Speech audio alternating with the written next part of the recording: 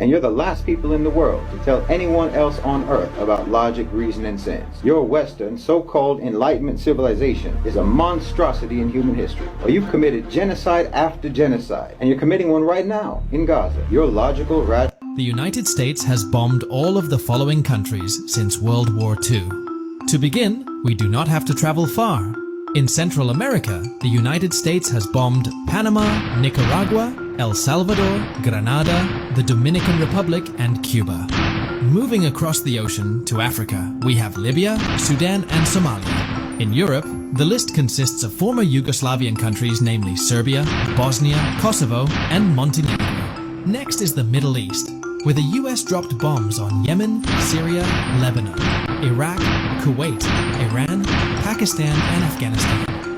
Moving to East Asia, we have Laos, Cambodia, Vietnam, Indonesia, Japan, and Korea. Finally, during the bombardment of Belgrade, a few bombs hit the Chinese embassy. So I've included China to the list as well. This is how the completed map looks like. This is the book of Micah chapter 2 and verse 2, and it reads, "And they covet fields and take them by violence, and houses and take them away. So they oppress a man in his house, even a man in his heritage." All right, Shalom. I want to give all the praise, honor, and glory to Yahweh Bahasham, Yahweh Shai Bahasham Rakakwadash. Double honors to the apostles and elders of Great Millstone who taught me this truth. Double salutations to all you Akim out there laboring, the house of David, the elect, thus pushing his word with all truth, righteousness, and sincerity. Shalom to you brothers, and shalom to the elect. I'm back with another quick lesson through the Holy Spirit, the Rakakwadash. And this is the man of sin, the wicked and violent man according to the Holy Scriptures. And proven again in this lesson that America, Babylon the Great, is the hammer of the whole earth. Jumping right into this article here. This is from the news.com. The headline, it reads, "The U.S. has been at war 225 out of 243 years since 1776. It says the U.S. has been at war for more than 92% of the time. So basically, since its inception, all right, it's been at war. Okay, this place was established off of war and violence. All right, and that's why the scriptures say that he smote the people with a continual stroke, because he's not going to stop. Right? Isaiah 14:4 says that thou should take up this proverb against the king of Babylon and say, how hath the oppressor ceased? The golden city ceased. Verse 5, the Lord, Yahweh Shemel Shai, have broken the staff of the wicked and the scepter of the rulers, because we're in the time of the Lord taking down Babylon, taking down Esau. All right? And it's going to take the divine power of Yahweh Shemel Shai to remove this man from off the face of the earth, The point, verse 6, it says, he who smote the people in wrath with a continual stroke. And this is what we saw in the video. War after war, bombing after bombing. You see that? Sanctions, all right, tariffs and taxes and, economic hitmen. You see? Everything, man. This is what he's about. This is how he's conquered the world, with that continual stroke. He who smote the people in wrath with a continual stroke, he that ruled the nations in anger, is persecuted and none hindereth. So he's not going to stop, man. And this is why, as I said, the Lord is going to have to take him down. You see? Going back, right? So we understand that this place has been at war, for the majority of his existence, It says, the American history of overt and covert foreign interventions dates back to 1811, when it had invaded Chile, just a year after the South American country had gained independence from Spain. The point right here, right, it says, research conducted by the, quote, Jane Group of Geotelevision Network reveals that the United States has been at war for about 225 of the 243 years since its inception in 1776. while the number of U.S. foreign military interventions had stood at 188 till 2017, the world superpower was found involved in 117 partition how you say that word partition electoral interventions between 1946 and 2000, or around one of every 9 ballot exercises held since the Second World War.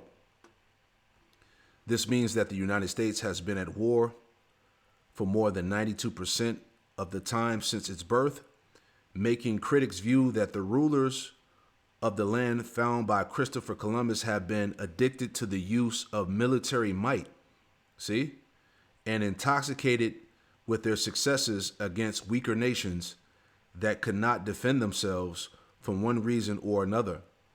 Or in other words, the United States has only been at peace for less than 20 years. You see that? So this is the man, again, this is the man of violence, man. These are the people of violence, the Edomites, right? Scriptures say that Psalm 73 verse 5, they are not in trouble as other men, neither are they plagued like other men. The point, verse 6, therefore pride compasseth them about as a chain, violence covered them as a garment, right? So this is the wicked and violent man. This is all he knows, right? This is right out of the scriptures, man. You see? And that's why it's going to take violence to throw him down, right? Which is going to be what? Nuclear destruction, World War III. Okay, these nations arming themselves up to come against the West, the Western hegemony. Psalms 140:10, it says, let burning coals fall upon them. Let them be cast into the fire, into deep pits, that they rise not up again. You see that? So this is the last rule of the biblical Edomites. Okay, once he falls, he's not going to rise up ever again. Okay, so this is his last, hoorah, so to speak, man. Okay, the Lord's going to cast him down with that destruction. Verse 11, it says, let not an evil speaker be established in the earth. Evil shall hunt the violent man to overthrow him. You see that? So evil is gonna hunt the violent man to overthrow him. All right. Once again, that destruction. Right, as they say, you reap what you sow. You live by the sword, you're gonna die by the sword, man. And that's his story. Here's every South American country which has had its government overthrown by the CIA since 1947. Costa Rica in 1948. Guatemala, 1954, El Salvador, 1979, Nicaragua, 1981, Panama, 1989, Paraguay, 1954, Brazil, 1964, Peru, 1968, Chile, 1973, Uruguay, 1973, Argentina, 1976, and Venezuela in 2002. Many of these were perceived as ideologically opposed to the United States, were leftist dictatorships, or were some combination of the two. You see, and look what he's did to all these, Northern Kingdom, countries, so-called Latino, Hispanic nations, right? Like it says here that this info is definitely missing from most U.S. history class curriculums, Let's get this too. Psalm 58 and verse 2, it says, yea, in heart you work wickedness. Ye weigh the violence of your hands in the earth. You see that? So this is that man. This is the Edomite. Okay? Ye weigh the violence of your hands in the earth. Everywhere he goes is destruction, man. Chaos. All right? Destabilization. All right? This is who he is. Revelation 6 and 4, it says, and there went out another horse that was red, and this is tied back to the Edomite. And power was given to him that sat thereon to take peace from the earth, and that they should kill one another, and there was given unto him a great sword, all right, which is his blessing. Okay? War and more war. Biological warfare, man. Sanctions. Okay? These different wines and philosophies that have corrupted nations, man. Okay? So again, the point that I'm making in this lesson is that the scriptures clearly identify who the Edomite is. There's no getting around it.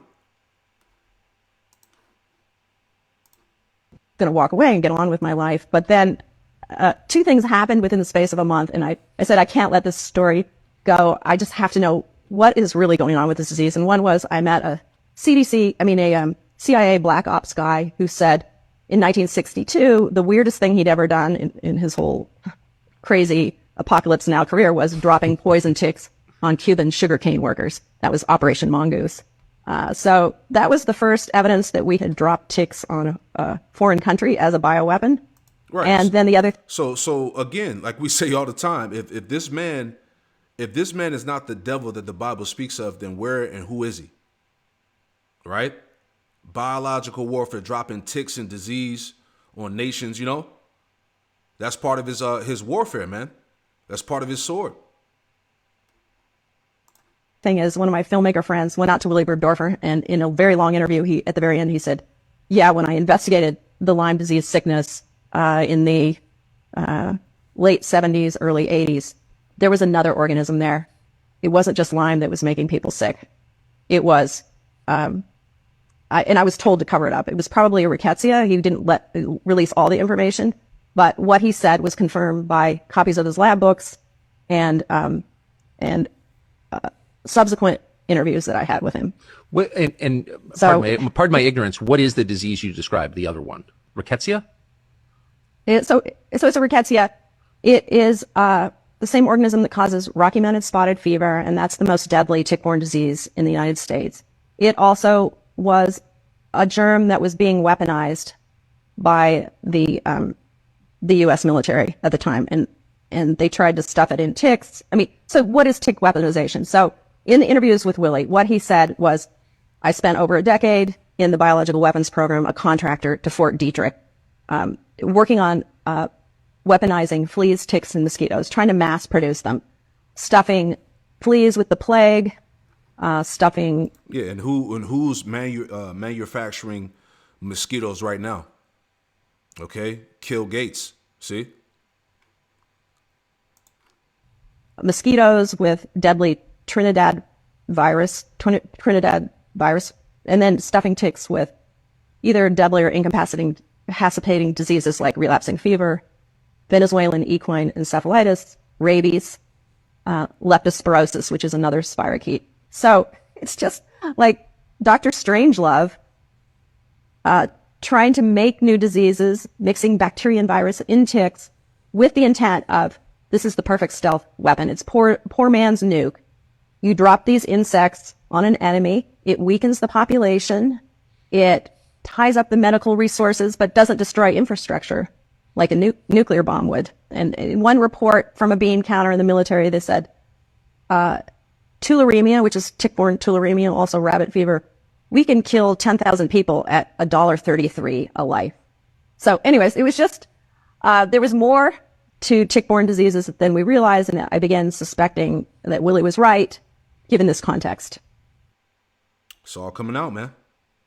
All right, this man is the wicked. These people are the wicked. All right, again, Habakkuk 2:5, it says, yea, also because he transgresseth by wine, he is a proud man. All right, as we just heard in the video. All right, what did he say? The poor man's nuke, weaponizing fleas and ticks and mosquitoes, man, to weaken the population. All right, madness, wickedness. He is a proud man, neither keepeth at home. He's everywhere, as we saw. Bombing nations, all right? Wars. Who enlargeth his desire as hell and is as death, and cannot be satisfied, but gathereth unto him all nations, and heapeth unto him all people. All right, this is who he is. Shall not all these take up a parable against him, and a taunting proverb against him, and say, woe to him that increaseth that which is not his, how long, and to him that ladeth himself with thick clay, going into this debt. Because eventually this system is going to crash. All right, there's going to be an economic collapse. Okay, verse 7, it says, shall they not rise up suddenly that shall bite thee, and awake that shall vex thee, and thou shalt be for booties unto them. Right, because as you see now, these nations are coming together to spoil Babylon, man. Let me add on to that, Isaiah 33. Because this place is getting ready to meet its ultimate fate. Right? Isaiah 33:1, it says, woe to thee that spoilest, and thou was not spoiled, and dealest treacherously, and they dealt not treacherously with thee. And that's what we saw in the video. All right, the weaponization of ticks and fleas and mosquitoes. All right, these different diseases, this biological warfare. You know, it says, and they dealt not treacherously with thee. When thou shalt cease to spoil, thou shalt be spoiled. See, and when thou shalt make an end to deal treacherously, they shall deal treacherously with thee. And that's what's getting ready to happen. These nations are plotting against America, against Babylon, to overthrow it. You know, and that's happening now. Going back, Habakkuk 2:8, it says, and because thou hast spoiled many nations, see, all the remnant of the people shall spoil thee. So it's going to be payback, man. This is why it tells us in Joel, the 3rd chapter, that the nations, you know, now these weaker nations are declaring themselves as being strong. All right. Now they have the nuclear weaponry. Now they have the technology as well. So the playing ground is even. All the remnant of the people shall spoil thee because of men's blood, and for the violence of the land, of the city, and of all that dwell therein. See? Woe to him that coveteth an evil covetousness to his house, that he may set his nest on high, that he may be delivered from the power of evil. So no matter how much money and resources these devils have, all right, it's not going to stop the judgment of the Lord from befalling on them. You see, Babylon is still going to be judged with great violence. Thou hast consulted shame to thy house by cutting off many people, and hast sinned against thy soul. For the stone shall cry out of the wall, and the beam out of the timber shall answer it. Right? And that's what's going on throughout the planet Earth, the great cry against the Edomite, man. All right? Against the wicked. Payback, revenge. These nations mounting up. You know, like it tells us, Isaiah 13, there was a great tumultuous noise in the mountains. Isaiah 13, in verse 4, it says, the noise of a multitude in the mountains. All right, that's these major governments, like as of a great people, a tumultuous noise of the kingdoms of nations gathered together.